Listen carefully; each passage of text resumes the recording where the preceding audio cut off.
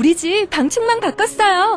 미세벌레 덤벼봐 먼지 모두 덤벼봐 촘촘해서 촘촘만 방충망은 촘촘만 예쁘고 통풍까지 좋아요. 방충망은 촘촘만 주식회사 텍스토머. 텍스토머 정품을 꼭 확인하세요. 우리 집 방충망 바꿨어요. 미세벌레 덤벼봐 먼지 모두 덤벼봐 촘촘해서 촘촘만 방충망은 촘촘만 예쁘고 통풍까지 좋아요. 방충망은 촘촘만 주식회사 텍스토머. 탄핵 반대 집회를 주도했던 태극기와 십자가의 동맹을 보면서 자괴감을 느끼는 기독교인들에게 기독교는 민주주의를 싫어하는지 아예 관심이 없는지 아니면 기독교도 민주주의를 지지하는지 답답하고 궁금한 시민들에게 호모 요쿠스의 저자 이병주 변호사가 시원한 질문과 명쾌한 답변을 제시합니다. 박근혜 사태와 기독교의 문제, 기독교인들에게 민주주의는 무엇인가? 도서출판 대장간. 인생을 보고 세상을 보라. 롯데카드 무브컬처 라이프 사진전. 역사에 각인된 기념비적인 순간. 거대한 존재에 맞선 인류의 도전. 어두운 시대를 밝혀낸 20세기의 영웅들. 삶과 역사가 만난 그곳. 라이프. 생명이란 이름에 담긴 900만 장의 역사. 롯데카드 무브컬처 라이프 사진전. 예술의 전당.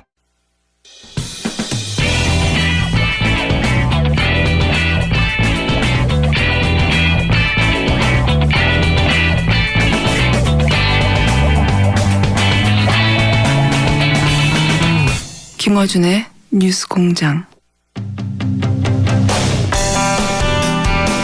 청경자 화백의 미인도 위작 논란 들어보신 분들이 많을 텐데요. 내용은 잘 모르실 겁니다. 오늘 그 이야기를 해볼 겁니다. 고 청경자 화백의 차녀 김정희 메릴랜드주 몽고메리 대학 교수님 스튜디오 직접 모셨습니다. 안녕하세요. 안녕하세요. 네, 차녀. 네, 차녀. 예. 둘째 딸입니다. 그리고 미국에 지금 거주하고 계신 거고요. 네. 그죠? 근데 이 민도 위작 그 사건 때문에 지금 잠시 한국에 오신 거죠? 네. 예. 이게 이제 언론에 많이 보도됐고, 그리고 신문지상에서 한두 번 본 분들이 많아요. 많은데 사안 자체가 뭐랄까요? 좀 복잡하게 전개되고 굉장히 오래된 사건이라서 이게 내막이 뭐지? 궁금증을 가지다가 알기 힘들어서 그런 논란이 있어 하고 기억 한켠에 이렇게 접어두는 사건이거든요. 이게 보통. 근데 저희가 이 사안이 이상하죠. 왜냐하면 그림 그린 화가 본인은 가짜라고 하고 그거를 걸고 있는 미술관은 진짜라고 하고 이런 논란이 벌써 20 몇 년이죠? 26년 됐습니다. 26년째 결론이 안 난다는 게 네. 사실은 지켜보는 사람들은 이해가 안 가거든요. 자, 그러면 간단하게 개요부터 한번 짚어볼게요. 미인도가 이 위작이라고 화가 본인과 유족들은 주장하는 이 위작이 언제 등장한 거죠, 세상에? 네. 처음 사건이 발생한 것은 1991년입니다. 1991년 4월 초에 어머님이 지인으로부터 박현영 시인이라는 분으로부터 광화문 현대건설 지하에 웬 전시회가 열리고 있는데 이름은 움직이는 미술관이더라. 네, 현대미술관에 소장하고 있는 작품들 가운데 뽑아서 전시를 하고 복제품도 팔고 그러는 전시인데 거기에 천선생 작품이라고 걸려 있는데 그림도 이상하지만 제목도 미인도라고 참 낯설더라. 왜냐하면 어머니는 굉장히 문학적인 제목 붙이는 걸 좋아하셨어요. 황혼이 흐르는 탱고, 뭐 누가 울어 그런 제목도 있었고요. 아, 이렇게 미인도 이런 제목은 없군요. 없죠. 그래서 참 이상합니다. 선생님하고 전화가 왔어요. 하도 이상해서 내가 아는 선생님 작품은 이런지가 않은데 하고 네네. 혹시 이런 걸 그리셨어요? 하고 네네. 그러니까 어머님이 내가 알기에 현대미술관에는 내 작품은 단 한 점이 있다. 그것은 제목이 청춘의 문이라는 제목의 작품인데 그것은 80년대 중반에 당시 현대미술관 관장이셨던 김세중 조각가시죠. 이순신 장군 조각하신 분입니다. 그분이 천선생 우리 현대미술관에 천선생 작품이 하나도 없다니 이게 말이 됩니까? 하고 직접 골라서 사신 작품 그것이 하나가 딱 있다. 현대미술관에는. 그래서 이제 의아하시니까 현대미술관에 전화를 하셨어요. 그랬더니 이게 그게 무슨 작품인가? 작품과 복제품이라는 것 그걸 갖고 와봐라. 그랬더니 현대미술관 직원 3명이 전식과장을 포함해서 주로 행정 직원이죠. 갖고 왔습니다. 그러니까 어머님이 그걸 보시고 그냥 너무나 기가 막혀서 가짜다 하고 보자마자 네, 악을 쓰다시피 그렇게 말씀하셨습니다. 그래 그것이 이제 그 당시 이제 인터뷰한 동영상으로 다 기록이 남아 있죠. 저도 그 동영상 보기는 봤고 그리고 네. 당시 언론 기사를 보면 네. 초기에는 화가 본인이 네네. 정정하실 때잖아요. 네. 그때 내 그림이 절대 아니라고 사실은 감정의 가장 끝이 본인이잖아요. 종결자죠. 그렇죠. 네. 보통은 이제 화가가 생존하지 않기 때문에 전문가가 등장하는 거지 화가 본인이 내게 아니라고 하면 끝나는 건데 그런데 보자마자 아니라고 하셨는데 그래서 일단락 되어야 하는 사건이잖아요. 그때 거기서. 네. 실제 당시 기사를 보면 이 위작이라고 당연히 이 위작이 도대체 누가 만든 거냐 이런 식의 기사가 초반에 있었지 논란이 있지 않았어요. 근데 이게 어떻게 논란으로 바뀐 거죠 그때? 그것은 이제 신문에 보도가 됐기 때문이죠. 네. 만약에 감정의 원칙이 지켜졌고 네. 작가가 아니라 그러면은 그것을 최우선으로 생각하는 것이 지금 한국에서도 감정의 원칙입니다. 네. 근데 조용하게 해결이 됐을 수 있었겠죠. 현대미술관이 사과하고. 네. 왜냐하면 현대미술관이 처음부터 이것을 위작이라고 진품이라고 처음부터 이것을 진품이라고 주장한 것은 아니었습니다. 네. 당연히 화가 아니라고 그랬으니까 네. 당황했고 아니라고 네. 생각했겠죠. 그럼 죄송합니다. 네. 당시에 이것이 이관된 물품이었기 때문에 정당한 그런 절차를 밟지 못했습니다. 당연히 작가한테도 보여줬어야 되고 감정이 있었어야겠죠. 네. 그런 사과까지 하는데 신문에 대대적으로 보도가 되니까 역습이 시작된 거예요. 그러니까 처음에는 현대미술관이 가짜를 어떻게 걸어둘 수가 있느냐 하는 식의 보도가 초반에는 줄을 이루는데 그게 좀 시간이 얼마 지나지 않아서는 논란으로 진짜가 맞다고 네. 라고 말씀하신 역습이 시작된 거죠. 예, 그렇습니다. 초창기. 네, 그 당시에 이제 그러면 배경이 어떤가 하면은 그 당시에 현대미술관장 평론가이시던 이경성 관장이셨는데 그분이 이제 그 내부에서의 그 뭐 보고서 같은 걸 보면 이게 만약 현대미술관 내부의 보고서요. 당시에. 네. 예. 이게 만약 가짜로 판명이 되면 자기는 사퇴하겠다. 사표를 내겠다. 그런 식으로 이제 그 책임을 지겠다. 그렇게 선언을 합니다. 그리고 아시다시피 혹시 아실지 모르겠습니다만 그 움직이는 미술관이라는 미술 대중화를 위한 이런 기획이 당시 장관님이었던 이어령 장관의 그 아이디어였어요. 그러니까 장관도 진노할 수밖에 없죠. 그것이 가짜였단 말이냐. 그러면서 그 당시에 그 어머님 친지 중에 김성환 화백이라고 고바우 만화로 아마 잘 알려주셨죠. 유명하죠. 예. 네, 그분이 전하는 바에 따르면 고위 공무원한테 들으셨다 그러는데 만약 이것이 가짜로 판명나면 관리 7명의 목을 치겠다 그렇게 말씀하셨다고 제가 직접 들은 것은 아닙니다. 그 결정 라인에 있는 사람들의 책임을 묻겠다. 네, 그렇죠. 그런 배경 속에서 위작 논란이 시작된 것입니다. 처음에는 그게 위작인 줄 모르고 국립현대미술관까지 걸게 만든 그 라인 선상에 있는 책임자들을 다 날릴 정도의 그 스캔들이었기 때문에 네. 이쪽에서는 그걸 방어해야 되는 입장이었고 그렇죠. 그래서 이건 진품이 맞습니다라고 주장할 수밖에 없는 사정이 있었던 사람들이 있었다. 네. 그렇지만 그렇다 하더라도 화가 당사자가 그리고 그때 이미 유명하신 분이었고 그리고 정정하신 분이었고 네. 아니다라고 해서 그렇게 강력하게 주장하면 해결됐을 것만 같은 게 이제 일반의 상식이거든요. 그것은 상식이죠. 예. 그러나 상식 밖의 일들이 벌어지기 시작하는데 시작합니까? 그중에 이제 가장 중요한 것은 당시에 화랑협회라는 것이 있었습니다. 지금도 네. 물론 존재하고요. 근데 그때는 사단법인으로 인가를 받기 직전이었습니다. 미인도 네. 사건 직후에 사단법인. 임의단체였네요 그때는. 예. 그렇죠. 친목단체라고 할 수 있는데 네. 화랑들의 서울시에 있는 뭐 10여 개 화랑들의 이익을 도모하는 단체였죠. 물건을 사고 파는 상인들의 모임이었네요. 그렇죠. 그 품목이 그림이었을 뿐. 그렇죠. 예. 그러니까 현대미술관에도 그림을 팔아야 되는 그런 위치에 있는 요즘 말로 하자면 갑과 을의 위치에 있는 화랑단체, 그 소규모 화랑단체의 자문기구였던 네. 감정협회의 미술관이 한국 최대의 미술관이 감정을 요래합니다. 이게 작가의 말을 믿지 않고. 작가는 이게 가짜라고 하는데 예.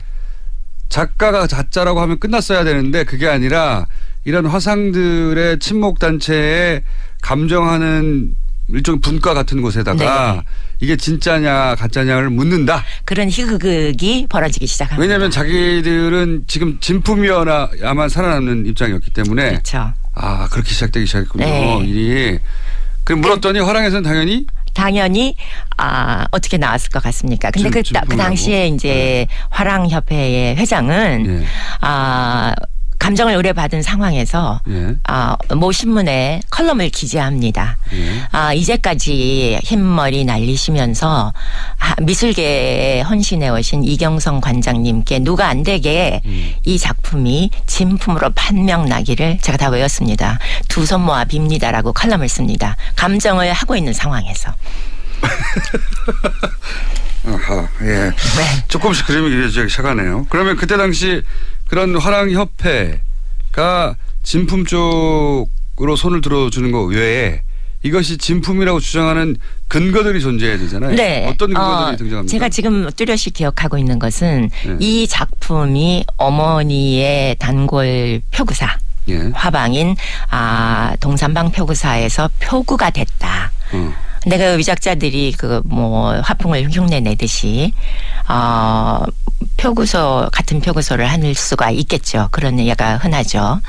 그러면서 들고 나오는 것이 그 표구소에 일련 번호가 있다. 대장 번호가 있다. 그것은 뭘 암시합니까? 어느 날 맨날 며칠 누가 가지고 와서 맡겼다. 뭐 그런 거 아니겠어요? 자기들이 이제 물건을 출하할 때 일련 번호를 매겨놨는데 예. 원래 그 천화백이 다니던 곳이었고 그때 네. 일련번호도 남아있다. 대장이다. 네. 근데 그것이 거짓말입니다. 첫 번째 거짓말입니다. 그게 없어요? 네, 없어요. 근데 그 표구상의 그 주인이 네. 나중에는 이제 화랑을 경영하시면서 그 감정위원회 위원 중에 한 명이시기도 했습니다. 근데 그 어떤 그 숫자냐면 그것이 저는 그 직접 액자 뒤를 안 봤습니다만 액자 내부의 그 액자 틀에 그 목공들이 수치 적는 거? 네, 그 수치였어요. 그때만 해도 뭐 한자 몇치 뭐 그런 거를 썼다 그렇죠, 그러더라고요. 그렇죠. 예. 네. 지금도 공사 현장에서는 안 보이는 쪽에다가 네, 그럼 짝을 맞추려면 그게 필요하잖아요. 그래서 수치 쓰고 근데 이제 하죠. 그게 일련 번호 혹은 대장 번호로 둔갑을 해가지고 언론에까지 나오는 거예요. 뭐 뒤에 봐라. 뒤에 보면 수치 적혀 있는데 이게 일련 번호다. 네. 근데 동산방 대표이신 분은 그 당시에 이미 우리에게 일련 번호는 없다. 일련 번호라면 포장을 다 한 다음에 뒤를 마감한 다음에다 붙이지 왜 목재에다가 붙이겠는가. 그리고 말하자면 양심 선언을 했어요. 가게 주인이 이미 했군요 그때. 양심 선언을 했는데 이 설은 왜 우리가 꼬리를 더 이상 안 쓰지만 꼬리뼈가 남아 있는 것 같이 그렇게 계속 이렇게 남아가지고 2015년, 16년까지 일련 번호가 있었다더라. 네, 그게 계속 주장이 됩니다. 그 표구사의 주인은 아니라고 했는데도 불구하고 네. 또 그런 게 있고요. 또요. 또 어떤 게 있을까? 이제 그때 이제 김재규 전 중앙정보부장 집에서 나왔다는 설이 이제 그때부터 나오기 시작합니다. 네. 그러니까 그 설은 이런 거죠. 김재규 당시 중정부장의 집에서 나왔는데 그 네. 권력 실세가 가짜 그림을 걸어놨을 리가 있냐. 네. 이게 이제 진품의 근거이고 네. 또 나중에 또 제가 언론 지면을 통해서 듣기로는 김재규 씨의 유족들이 네. 그게 진품이라고 진술을 했다. 네, 네. 이런 얘기가 있었죠. 근데 네. 사실은 그 검찰의 불기소 이유서, 그러니까 저희 고소고발 사건에 대해서 작성한 불기소 이유서에 보면은 여러 가지 왜곡되고 과장된 면이 많습니다. 사실과 다른 면이 많은데 그 중에 하나가 그 김재규 전 중앙정보부장의 동생이신 네. 김영규 씨라는 분이 검찰의 문의에 그냥 답변한 정도였어요. 네. 이메일로 사진이 하나 오면서 이런 그림이 걸려 있었느냐. 근데 본인 자체가 그 그림을 한 번쯤 봤을까? 그러나 이제 그런 그림이 있었다 하고 증언을 해준 것 같습니다. 그러나 그 김재규 씨의 부인이시거나 아니면 딸도 증언을 했다. 그런데 그것은 사실이 아니고요. 이제 검찰의 논리 중에 하나는 김재규 전 중앙정보부장 서술이 시퍼렀을 때였는데 어떻게 그 집에서 나온 것이 가짜이겠냐 하는 네. 논리도 있을 수 있죠. 근데 사실은 그런 주장 많이 했고요. 예. 권력자들 집안에 있는 그림이나 골동품들이 가짜가 대부분입니다. 그 이유는 물론 교수님도 전문가십니다. 네. 그림을 하신 분이. 그분들이 한 분야에서 실력을 쌓았다고 해서 권력자가 된 건 아니죠. 네, 미술 전문가가 아니시니까 네, 모르시기도 하겠지만 문제는 그 그림들을 소장하게 된 데는 다 약점이 있다는 것입니다. 뇌물, 대부분 뇌물이겠죠. 선물로 들어온 것인데 만약 그것이 위작이라고 자기가 생각이 된다 한들 이게 누구한테 언제 어디서 받았는데 위작이다 하고 얘기할 수 없잖아요. 그 그림의 이력을 밝힐 수 없잖아요. 어차피 뇌물이었기 때문에. 네. 그래서 권력자들이 돌아가신 후에 후손들이 시장에 내놓는 그림들의 대부분이 어떤 한 분은 99%라 그랬습니다. 특히 1000만 대 억대 그림은 가짜라고 화랑계의 정통한 소식통께서 말씀하셨습니다. 그러니까 권력자 집에서 나왔으니까 진품이라고 생각하는 거는 실제로는 정반대다. 그 사람들은 어차피 누구한테서 받았는지 말할 수가 없고 뇌물성이라서 문제가 되더라도 문제 삼을 수가 없기 때문에 네.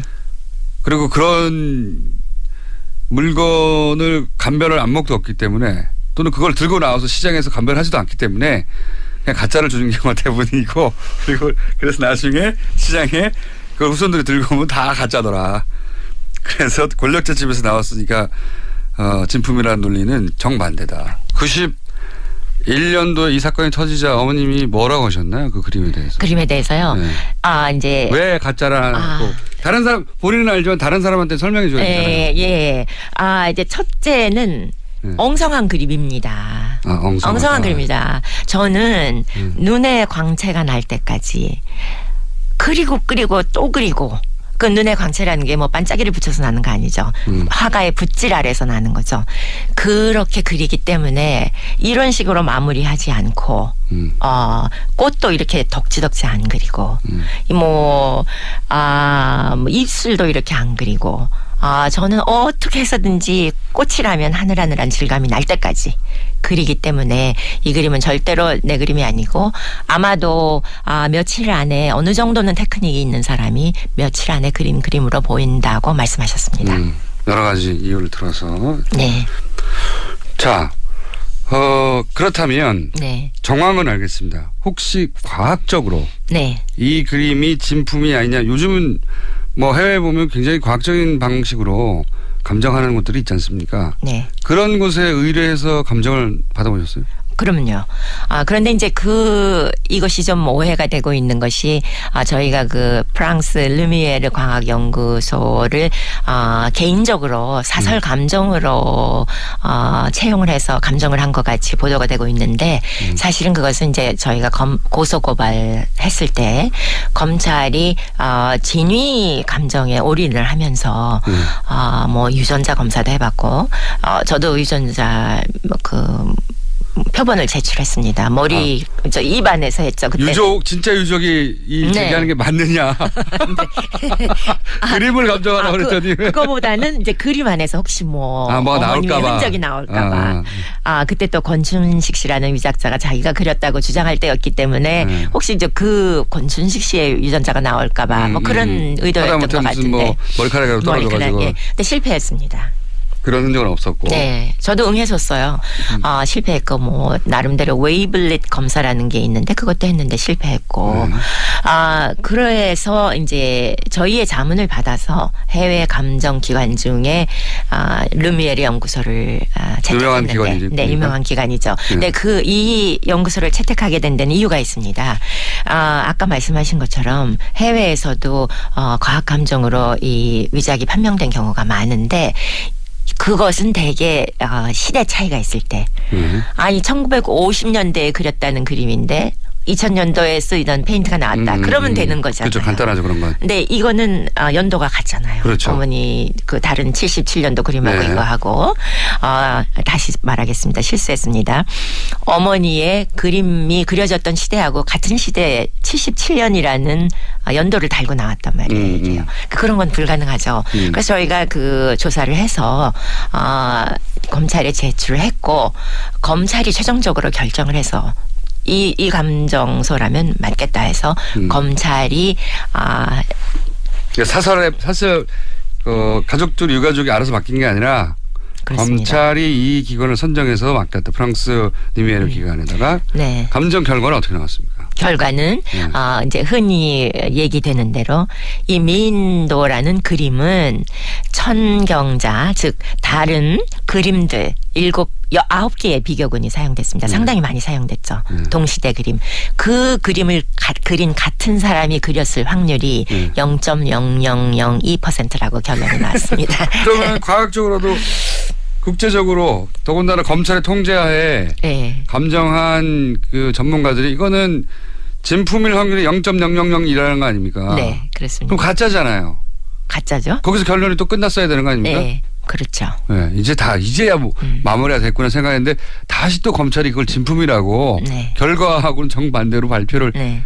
했을 때 생각하실 수밖에 없었을 거 아니에요. 왜 이런 일이 벌어졌을까? 그렇죠. 네.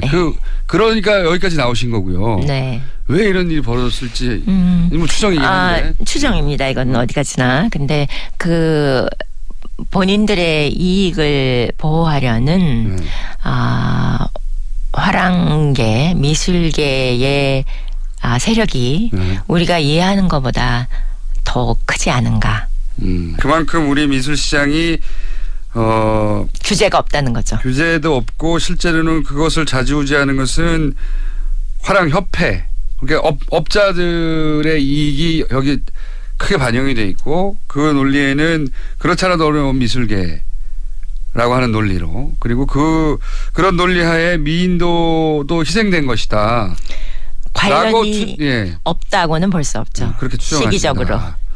그리고 검찰까지 왜 이 감정 결과를 부인하고 구체적인 감정단의 결과를 부인하고 왜 진품이라고 주장했는지는 알 수가 없고 그것을 좀 밝혀달라. 네. 이것이 한국에 날아오셔서 네. 이 방송에 나오신 이유인 거죠. 네. 이제 끝내고 싶다. 26년간 네. 어머님이 그리지도 않은 정체 모를 그림이 어머님의 이름으로 전시되고 있는 걸 끝내고 싶다. 네. 자, 오늘 말씀 잘 들었고요. 사건은 이런 겁니다. 충분히 이해가셨을 것 같고 물론 저희는 언제나 반론권을 보장하고 있기 때문에 화랑협회나 현대미술관 혹은 뭐 검찰 관계자리나 누구든지 그 지금 들은 이야기가 사실이 아니고 우리는 할 말이 있다 싶으면 언제든지 저희 방송을 찾아주십시오. 자, 오늘 여기까지 하겠습니다. 지금까지 고 청경자 화백의 찬혁 미국 메릴랜드주 몽고메리대 김정희 교수님이었습니다. 감사합니다. 네, 감사합니다. 오빠, 우리 어디 가는 거야? 정수 가지. 와, 우리 말 타러 가는 거야? 그렇게 좋아?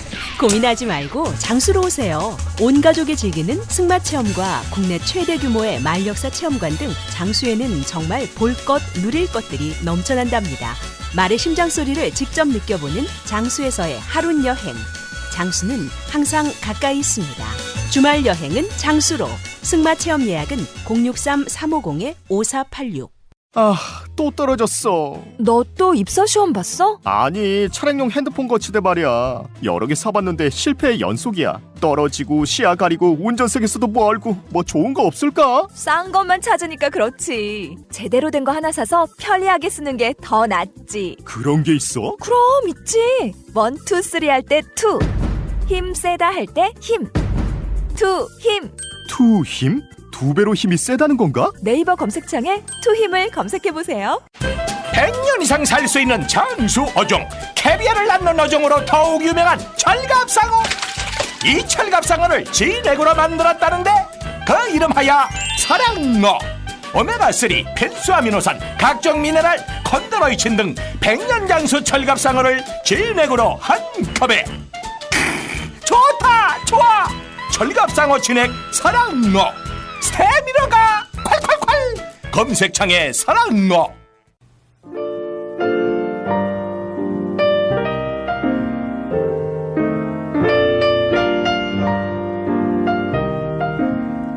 불친절한 AS. 천종배 의원님 인터뷰 관련 문자도 많네요. 예. 인터뷰가 아니라 취조였다는 문자도 꽤 있었고요. 자, 오늘 왜 내부자 누를 안 하냐. 네, 안민석 의원님 아직 돌아오시지 않았습니다. 곧 돌아오시겠죠? 예. 초등학교 1학년 아들과 매일 아침 듣고 있는데 프로그램 이름이 김호준의 육수공장으로 알고 있어요. 아이들은 거짓말을 하지 않거든요. 예. 방송을 듣다가 고기 얘기가 많이 나와가지고 육수공장인지 알지 않았을까. 네. 저는 TBS 바로 옆에 아파트에 살고 있습니다. 누가 멀리서 듣나 꼴찌할 자신이 있습니다. 아, 센스 있으시네요. 예. 누가 멀리서 듣나 꼴찌로 저희가 인터뷰 한번 할 수도 있겠습니다. 김은지 기자가 진행을 하고 공장장이 브리핑을 해보면 어떨까요? 네. 이거는 할 수는 있는데 잘 못 알아들으실 거예요. 제가 발음이 세가지고. 네. 그렇게 바람직하진 않지만 이벤트적으로 한번 해볼게요. 한 꼭지라도. 자, 그 외에 오늘은 천정배 의원님의 문자가 많습니다만 소개드릴 수 있는 게 별로 없어요. 자, 여기까지 하겠습니다.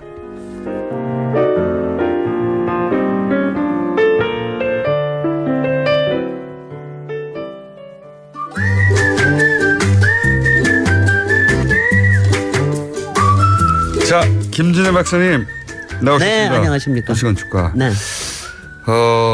빛나는 순간들이 지난 9개월간 몇 번 있었지만 네. 대부분 제가 생각하던 거였거든요. 그런데 네. 전혀 생각지도 못했던 야 맞아 라고 네. 근본적인 성찰을 하게 된 그런 지난 방송이 처음이었어요. 미군 기지. 왜냐하면 미군 기지 아스팔트 건물 많이 짓는다. 네. 아스팔트래요. 또 콘크리트 건물 많이 짓는다. 안 돼. 공원으로 만들어. 거기 전부가 다 공원이 돼도 되는 거야. 네. 생태공원을 하자. 네. 여기까지가 제 머릿속의 진도였는데 네. 그것도 급한 게 아니다. 네. 그것도 급한 게 아니고 거기 전체가 역사적인 공간이니까 해체하는 과정부터 시작해가지고 전부 다 하나하나 역사의 과정을 만들자. 그게 다 끝난 다음에 생태공원을 해야 한다. 네. 이런 이야기가 듣고 보면 확 와닿는데 해준 사람이 없었거든요. 근데 네. 어제 방송을 하고 나서 지난주에 네. 반응이 좀 있지 않았습니까? 엄청나게 반응이 그렇죠. 있었어요. 네네. 엄청나게 반응이 있고, 그런 생각, 그러니까 그런 박사님 생각을. 모르셨죠? 네, 그런 생각을 안 하고 있었다는 게 저는 좀 이상할 정도로. 박사님은 직업이잖아, 이게. 아니, 전 직업이라기보다는 솔직히는 일종의 트라우마였어요. 그러니까 얘기를 해도 하도 안 들어주니까 가지고 있었는데 지난 또 10년 동안은 굉장히 이제 가슴 속에 막 이렇게 생각하고 있다가 마침 기회가 오니까 얘기를 꼭 하고 싶은 거죠. 그러니까 제가 얼마나 좌절 속에 사는지는 모르실 겁니다. 이런 문제들 때문에. 이런 문제들 때문에. 근데 이런 문제들을 저는 누군가가 설득력 있고 공개적으로 한 것을 잘 들어보지 못했다 보니까 많은 분들이 그런 얘기를 들어본 적이 없어요. 그래서 진도가 많이 나가야 그래 거기 무슨 박물관을 지어 그냥 공원으로 하자. 우리 공원도 없는데 여기까지예요. 여기까지. 근데 이제 그 워낙 간만한 역사이기 때문에 거기에 있는 거를 기억하고 기록하는 거 그리고 무엇보다도 체험하는 거 이게 굉장히 중요한 과정이에요. 듣고 저는 보니 그래요. 그러니까 과정을 잘 하면은 그 다음에는 뭘 만들어도 우리께 정말 될 수가 있는 거죠. 그리고 과정을 잘하고 나면 사람들이 컨센서스가 이루어지겠죠. 그렇습니다. 그거는 이렇게 하는 게 좋다고. 손쉽게. 지금 본 적이 없거든요. 그러니까 그냥 넓은 공간이고 전통적으로는 이제 하도 개발 얘기를 많이 들어왔기 때문에 네. 또다시 거기다가 또 빌딩 짓고 그러면 안 된다. 네. 여기까지였는데 네. 하여튼간에 뭐 지난주에 굉장히 보는데 뭐 우리 김호중 공장장님 그렇게 고백해 주시는 거 좋은데 정말 눈빛이 달라지시더라고요. 아니, 그런 그러니까, 경우가 그렇지. 맞다. 그렇게 생각해야 맞는 거지. 그러니까 좀 괜찮은 사람이에요. 제가 가짜로는 안 하거든요. 네.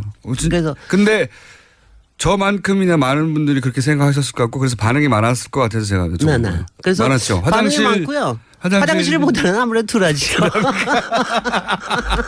화장실은 아직도 매일 받습니다. 여러 가지 아이디어에 대해서. 그거 아마 죽을 때까지 이건 해야 될 것 같고요. 네. 용산도 뭐 계속해서. 그러니까 용산은 저도 공적으로 계속해서 얘기할 기회가 있을 테고 여러분들도 계속해서 얘기해 주셨으면 좋겠어요. 혹시 그 지금 저희 방송이 사실은 공직에 있는 분이나 공무원사에서도 제가 그 얘기를 안 했네. 당장 지난번에 끝나고 나니까 국토교통부의 용산공원 추진기획단이라는 게 있거든요. 그쪽에 바로 연락이 왔죠. 당연히. 네. 설명드리겠습니다. 이야. 그래서 뭐 그건 제가 설명을 다 알고 들어봤더니요. 있고요. 설명 안 들었습니다. 설명은 그 전에 제가 다 알고 있기 때문에 들으셔야지. 아니 그거 자체가 아니고 그래서 제가 또 공손하게 메모를 해서 보냈습니다. 과정이 중요하다. 과정 자체. 그러니까 왜냐하면은 국토교통부의 이게 이 문제가 뭐냐면 뭘 만들겠다 하고 그쪽으로 쫙 집중해내는 데는 잘해요. 4대강 사업 하듯이. 근데 이거를 해야 되냐 말아야 되냐 어떻게 해야 되냐 이거에 대해서 생각하는 거는 조금 약한 데가 국토교통부거든요. 아무래도 그러니까 이제 국토교통부는. 그렇죠. 미션 자체가 그렇기 때문에. 예. 근데 지금 뭐 장관님도 그렇고 지금 청와대에 계신 분들도 아마 뭐 귀를 기울이시지 않을까 하는 생각이 있어요. 제가 저기 대통령께 직접 또 민원을 올릴지도 모르겠습니다. 네. 청와대 홈페이지 가서. 홈페이지 가서. 네, 전화번호 모르시죠? 전화번호 가지고 안 될 테니까는. 네. 네. 그만큼 임팩트가 있는 거라고 생각이 전화번호 돼요. 아시면 문자 보내시죠. 네. 어쨌든 꼭 그렇게 됐으면 좋겠고요. 예. 담장 헛물기 하나하나부터 굉장히 상상만 해도 그 자체가 굉장히 큰 이벤트이자 상상만 해도 가슴이 뛰죠. 예. 네. 그래서 베를린 장벽전 이걸 하신 거잖아요. 네네. 그렇습니다. 베를린 장벽을 그렇게 허물었거든요, 사실은. 그러니까 오늘의 도시 여행의 원래 테마가 베를린이었는데 베를린 전에 용산공원에서 제가 아주 참 잘했다. 그것도 도시 여행의 1탄으로 봐주시고요. 아마 우리 서울을 상당히 위대하게 만들 수 있는 가능성에 있는 그런 프로젝트라고 생각이 되고요. 제가 베를린을 도시 여행에 이렇게 처음에 꼽았던 거는 이번에 이제 문재인 대통령이 가셨기 때문에 그리고 베를린 선언도 하셨고 그래서 이제 하기도 했지만 사실 베를린만큼 우리한테 이렇게 그러니까 정신적으로 가까운 도시가 없을 거예요. 통일의 롤 모델처럼 오랜 세월 거론됐기 때문에. 분단과 통일. 그다음에 이제 김대중 대통령과 또 문재인 대통령 베를린 선언하시고 그리고 이제 요번에 우리 포스트 레이디께서도 하시기도 했지만 윤희상 작곡가님이 거기서 동맹님 사건 때문에 있었던 문제 그리고 영화 베를린도 뭐 굉장히 큰 임팩트가 컸고요. 그리고요. 그러니까 베를린이 정말 우리한테는 뭔가 정신적으로 이게 교감이 되는 이런 도시입니다. 이게 교감이 된다고 하시니까 어느 정도 이제 지금은 좀 다르게 느낄지도 모르겠는데 제가 이제 89년에 베를린이 장벽이 해체됐죠. 어느 순간 갑자기 그렇게 돼버렸어요. 무슨 말이죠? 무슨 뭐 전쟁이라든가 누가 그런 얘기 한 번도 안 했는데. 그러니까 전조가 있다거나 전쟁이 있었다거나 무슨 대단한 협상이 있었다거나 그게 아니거든요. 어느 날 갑자기 그렇게 돼버렸는데 그런데 제가 근데 20대였기 때문에 그때 당시 20대들이 그 장벽이 무너졌다는 거가 주는 임팩트가 어느 정도였냐면 저기 91년도였던 걸로 기억합니다. 제가 그 91년도에 베를린 장벽을 보러 배낭여행을 갔어요. 배낭여행을 갔는데 그때 이제 배낭여행을 갔던 사람들 중에 베를린 장벽을 보고 울었다는 사람이 꽤 많아요. 그럼요. 네. 그럼요. 그걸 울려고 보러 간 게 아니에요. 울려고 보러 간 게 아니었는데 처음으로 이 소위 동독과 서독. 왜냐하면은 그 구소련이 그 해체된 게 바로 직전이었기 때문에 영원히 지속될 것 같은 그런 대결 구도가 무너지는 장면을 그 벽으로 본 거예요. 우리도 머지 않았다. 설명할 수는 없는데 그걸 보고 욱했던 사람이 굉장히 많았어요. 굉장히 울컥합니다. 지금 가서는 그렇게 못 느낄 것 같은데요. 아니 지금도 가도 왜냐면 저는요 베를린을 뭐 대단한 의식이 있어서가 아니라 보는 순간 그렇게 다들. 아니 근데 베를린 그러니까 저는요 베를린이 분단이 있다는 거 알잖아요. 다 장벽이 있다는 거 아는데 저는 제가 대학교 들어갈 때까지만 해도 어떻게 생각했냐면은 그러니까 동독하고 서독에 나누셨는데 그 가운데 베를린이 그냥 가운데 있어서 반으로 잘라졌다는 건 저도 줄 처음에 알았어요. 그런 줄 알았어요. 다 그렇게 생각을 했을 그렇죠. 겁니다. 섬처럼 떠 있는지 몰랐죠. 근데 이게 서독에서도 한 200km 떨어져 가지고 섬처럼 그렇죠. 서베를린이 있는 거예요. 도시가 아니 그런 거 그러니까 이게 섬을 만들어 이런 건 아마 역사적으로 그러니까 이게 역사적으로 이런 일이 없습니다. 거기다가 올해가 특히 저가는 이제 28년 동안 분단이 됐어요. 그 장벽이 있었습니다. 그리고 지금 이제 그 장벽이 깨진 지가 올해가 28년째 되는 이제 해예요. 28년인데 근데 얼마나 웃겨 보세요. 아니 61년에 갑자기 잘 왔다 갔다 하던 데인데 갑자기 담을 쌓아. 그 옆집 사람들하고 갑자기 담이 쌓아져서 못 가게 돼버린 거죠. 그리고 처음에는 그냥 이렇게 철조망만 해놓더니 그다음에 벽돌로 쌓더니 조금 있다가는 이게 저기 그 프리팹 콘크리트라고요. 이렇게 4m를 높이 철망을 세우고 거기 사이에다가 콘크리트를 쫙쫙쫙쫙 갖다가 이렇게 놓습니다. 이렇게 해가지고서는 몇 킬로를 했느냐. 50km 정도 되는 걸 갖다 그걸 다 샀어요. 돌지 않았어. 정말. 돌았죠. 아니 그러니까 인간의 정신이라는 게 얼마나 흉악한 짓을 할 수가 있는지. 어느 날 갑자기 옆집하고 사이에 벽이 서가지고 넘어가면 총살 당하는 거예요. 글쎄 말이죠. 그래가지고. 황당한 거죠. 황당한. 근데 그게 28년 동안인데 아마 여러분들은 이제 그런 게 많이 기억나실 겁니다. 그거 막 철조망 뛰어넘어오던 거, 그리고 그거 바로 옆에 건물들이 다, 창문도 다 보이고. 사람들이 허물은 거예요, 이게. 글쎄요. 정치인들이 허문 게 아니고요. 그래서 근데 28년 뒤에 89년에 갑자기 그것도 누가 말 잘못해가지고 당장 지금부터 효력이 있습니다. 이라는 말 잘못해가지고 그래? 그러면 나가서 깨부수자. 이래가지고 담을 부순 게 굉장한 겁니다. 말실수죠. 사실은 정확하게는. 정확한 말실수입니다. 말실수를 잘못했는데 사람들이 그래? 막 달려가서 벽 부시기 앞으로는 이제 동서독의 교류가 훨씬 더 완화될 수 있다는 얘기를 굉장히 쉽게 했는데 그걸 갖다 기자가 언제부터입니까 효력이. 그런데 그걸 갖다가 지금 이미 그렇게 돼 있는 겁니다. 이러고서 얘기를 하니까. 구소련 이게 정리하면 구소련이 이제 체제가 무너지니까 동서독은 어떻게 되느냐 그런 얘기 하다가 앞으로 이제 교류가 많아지겠죠. 언제부터요? 지금부터요. 그랬더니 사람들이 달려와서 그걸 허물어버린 거예요. 일이 그렇게 된 거예요, 이게. 근데 이제 그래서 허무하게 무너졌어요. 아니 그러니까 허무하고 아니면 저는 그 당시에 그 브란덴부르크 근처에서 사람들 이제 환호하고 그러던 거 보면은. 정말 눈물 정도가 아니었을 거예요, 그때는.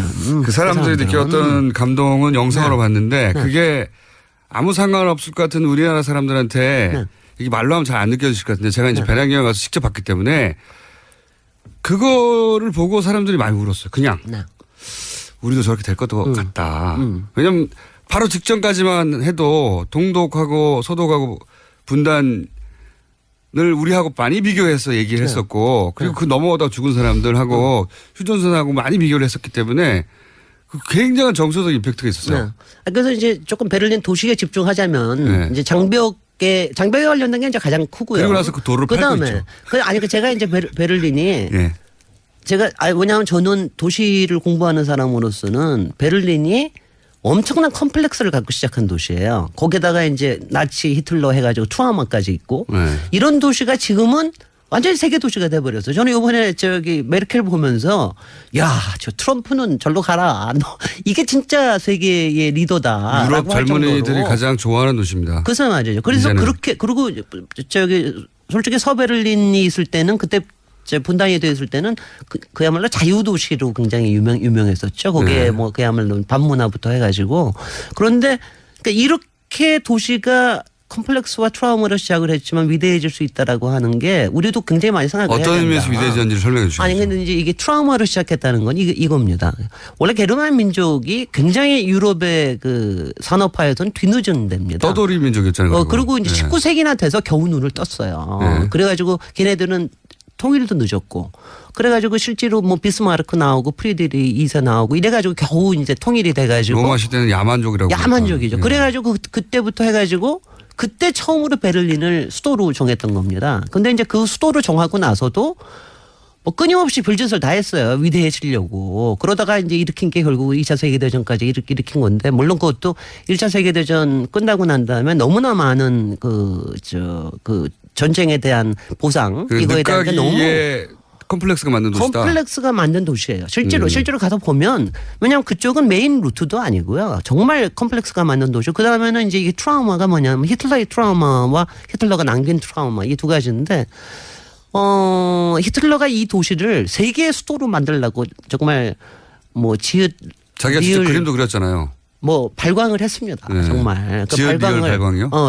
정말 발광을 했습니다. 품 있는 단어를 써주십시오. 아니 정말 왜냐면 우리가 건축의 역사를 보면은요, 히틀러가 했던 발광의 역사는 이거는 정말 이건 뭐라고 아니 이거 정말 정신병이죠. 완전 정신병입니다. 히틀러가 그린 그림 보면 사람이 아무도 안 정해. 그러니까 거기에는 그걸 이제 이 사람은 게르마니아라고 이름을 바꿨습니다. 그래서 거기에 엄청난 건축물과 엄청난 도시를 만들려고 그걸 다 이미 다 계획을 다 세워놨던 거예요. 그러다가 이제 2차 세계대전 끝나가지고선 했는데, 근데 히틀러는 그렇게 세계의 수도가 되고 싶어 했지만 1억 명 거기다 수용하겠다고 했지만 그건 다 물거품이 됐잖아요. 그런데 지금 그 이후에 베를린이 그러니까 장벽을 부수고 그 다음에 베를린이 걸어온 리더의 도시는 지금 베를린에 가시면 그러니까 역사의 흔적을 거의 다 느낄 수가 있습니다. 그러면서도 하이테크한 건물들이 많죠. 뭐 독일의 기술이라는 건 말 것도 없고요. 근데 그 중에서도 가장 임팩트가 있는 게 이 홀로코스트에 대한 기억이죠. 그러니까 독일이 했던 인종 청산에, 왜냐하면 독일인으로서는 얼마나 아프겠습니까? 근데 독일에 가시면 그때는 91년에는 아직 안 만들어졌을 때인데, 그 다음에 홀로코스트 광장이라는 게 있고 그 옆에 홀로코스트 뮤지엄이 있어요. 그런데 이거는 꼭 가보셔야 되는 게, 그러니까 공포와 혐오를 공간화를 한 데가 없습니다. 그렇지 않겠어요? 그죠? 다들 위대함과 환희와 뭐 숭배와 이런 건데 거기 가면 공포가 느껴집니다. 그러니까 정말로 유대인이 예루살렘에 가고 있습니다. 예루살렘 그렇습니다. 그렇습니다. 기억. 네. 근데 이름 생각 안 나네요. 하여튼 거기 동국에 가면 그 소위 희생당한 사람 이름을 끊임없이 반복해서 부르는 기념관 있죠. 네. 근데 여기는 이걸 현대 건축물로 해서 광장과 건축을 만들었는데 거기 가면은요, 그 광장에는 이렇게 관처럼 생긴 돌이 조금 낮은 것도 있고 조금 높은 것도 있고 그런데 그게 천 몇백 개가 서 있어요.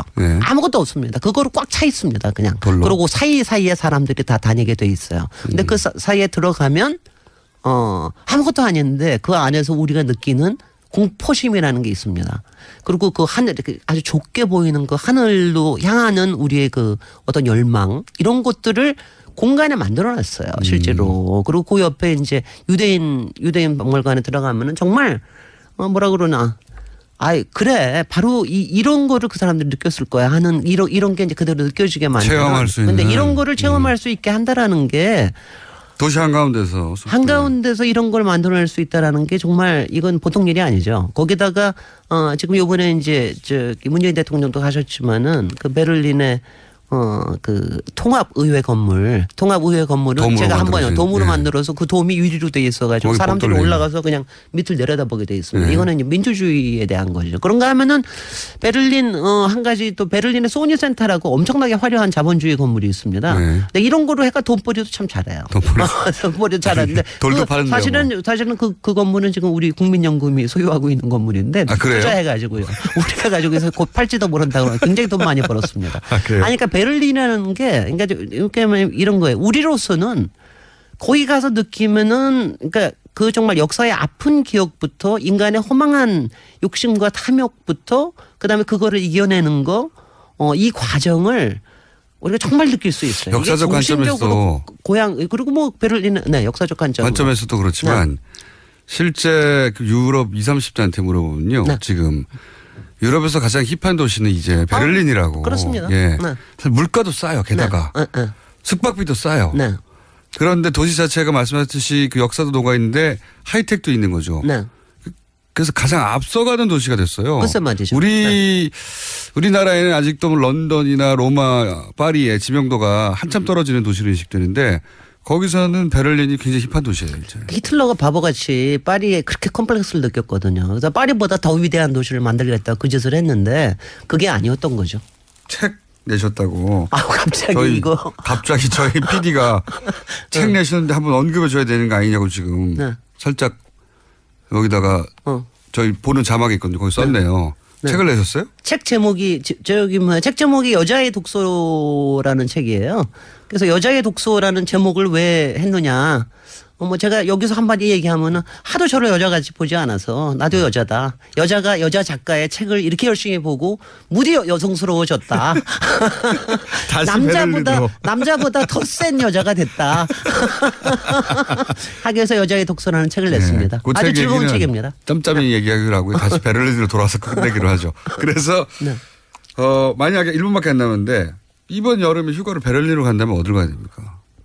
베를린으로 가는 거지 뭘 어떻게 가요? 베를린에 가서 뭘 꼭 봐야 되는 겁니까? 아니, 그러니까 제가 아까 얘기한 라이크스타크 통일의회 건물 그리고 그 앞에 있는 뭐 저기 대통령관 그리고 브란덴부르크 그 스트리트는 당연히 갈 거고요. 그리고 바로 옆에 홀로코스트 뮤지엄 가고 홀로코스트 뮤지엄을 꼭 가고요. 그냥 찰리스 포인트라고 베를린 장벽에 남아 있는 부분들이 있습니다. 국민연금을 소유한 소니 빌딩. 그거는 뭐 당연히 가실 거 쇼핑하러 가실 거고요. 그리고 이제 밤문화 즐기러 뒷골목에 가시는 거 하는데 베를린은 그 자체로는요. 그냥 로맨틱 도시예요. 낭만주의적 도시인데 그 안에 숨겨져 있는 정신을 느끼시라. 우리의 위대함을 위하여. 로맨틱은 파리죠. 로맨틱은 파리인 것 같은데. 아니야. 그 로맨틱하고는 또 달라요. 하여튼 우리가 생각하는 독일 낭만주의는 또 달라. 우리가 생각하는 베를린이 아니다. 가면 가장 하이텍과 그 역사가 같이 있다. 그게 인상적입니다. 여기까지 하겠습니다. 김재일 박사입니다. 감사합니다. 감사합니다. 내일 뵙겠습니다. 안녕. 안녕.